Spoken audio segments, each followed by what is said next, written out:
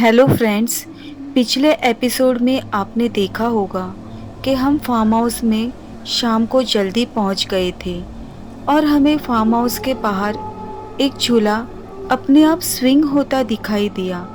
पीछे मुड़ के जब हमने देखा तो उस झूले पे एक औरत दिखाई दी। डर के मारे हम सब घर के अंदर आ गए और घर का दरवाज़ा अपने आप जोरों से बंद हुआ और उस रात को हम सबको एक डरावनी औरत नजर आई जो हमें घर से चले जाने की चेतावनी दे रही थी। हमारे साथ उस फार्म हाउस में जो भी कुछ हो रहा था, लेकिन ये सारी बातें हम अपने मम्मी पापा से नहीं बता पाए क्योंकि उन्हें लगता था कि हम ज़्यादातर हॉरर मूवी और इस तरीके की बातें करते हैं, इसके लिए हमें ये सारा वहम हो रहा है। उस दिन अचानक हमारे बड़े मामा अपने दोनों बेटों के साथ घर आ गए और उन्हें पता चला कि हम सब उस फार्म हाउस में रुके हैं। उन्होंने हमें फार्म हाउस के बारे में पूछा और हमने उनसे वो सारी बात बता दी जो हमने 8 दिनों तक उस फार्म हाउस में महसूस की।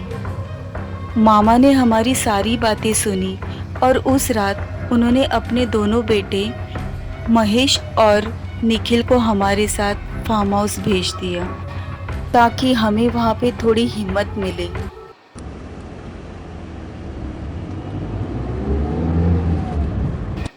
फार्म हाउस पहुँचने पर हमने वो सारी बातें निखिल और महेश को बता दी जो हम वहाँ पे महसूस कर रहे थे।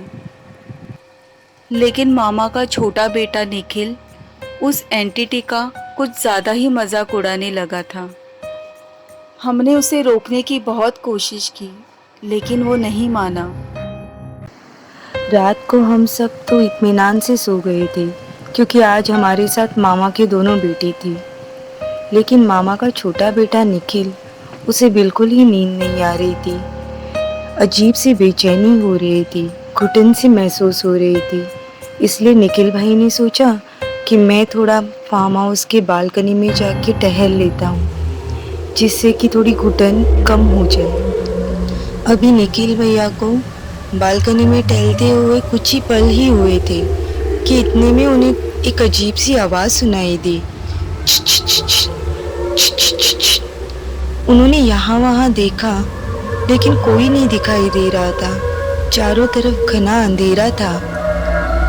अब ये वो देख ही रहे थे कि फिर से उन्हें आवाज़ सुनाई दी और ये आवाज़ उन्हें बहुत नज़दीक से आ रही थी। ढूंढते ढूंढते उन्होंने आवाज़ की तरफ देखा तो उनकी नज़र फार्म हाउस की छत की तरफ गई। वहाँ एक औरत सफ़ेद कपड़े पहने हुए अपने बाल खुले छोड़ के टेरेस की बॉर्डर पे बैठ के अपने पैर हिलाते हुए उन्हें हाथ से वेव करते हुए आवाज़ कर रही थी।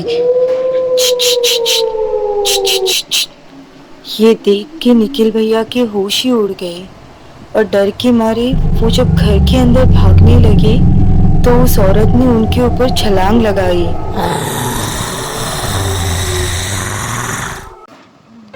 उसे ऐसे लगा कि वो औरत छत से नीचे उसके कंधों पर ही कूद गई हो, जिससे उसे अपने कंधों पर दर्द के साथ साथ भारीपन भी महसूस होने लगा।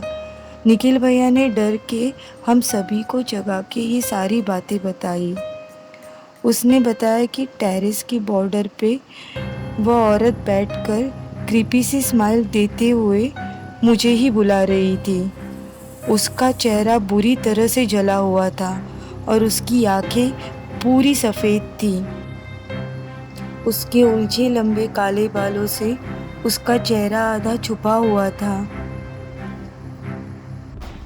निखिल भैया बहुत ज़्यादा डरे हुए थे और वो उस फार्म हाउस में एक पल के लिए भी रुकना नहीं चाहते थे। लेकिन महेश भैया ने उन्हें बहुत ज़्यादा समझाया। फिर बाकी की सारी रात हम सब ने जाग कर बिताई और अगली सुबह पहली फुर्सत में हम सब घर के लिए निकले।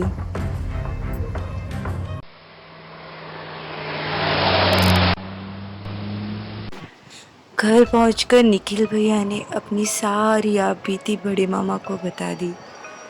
निखिल भैया की बातें सुन के मामा शॉक हो गए। कुछ देर रुके, उनके चेहरे से डर झलक रहा था और सडनली वो बोल पड़े, क्या वो अभी भी वहां है?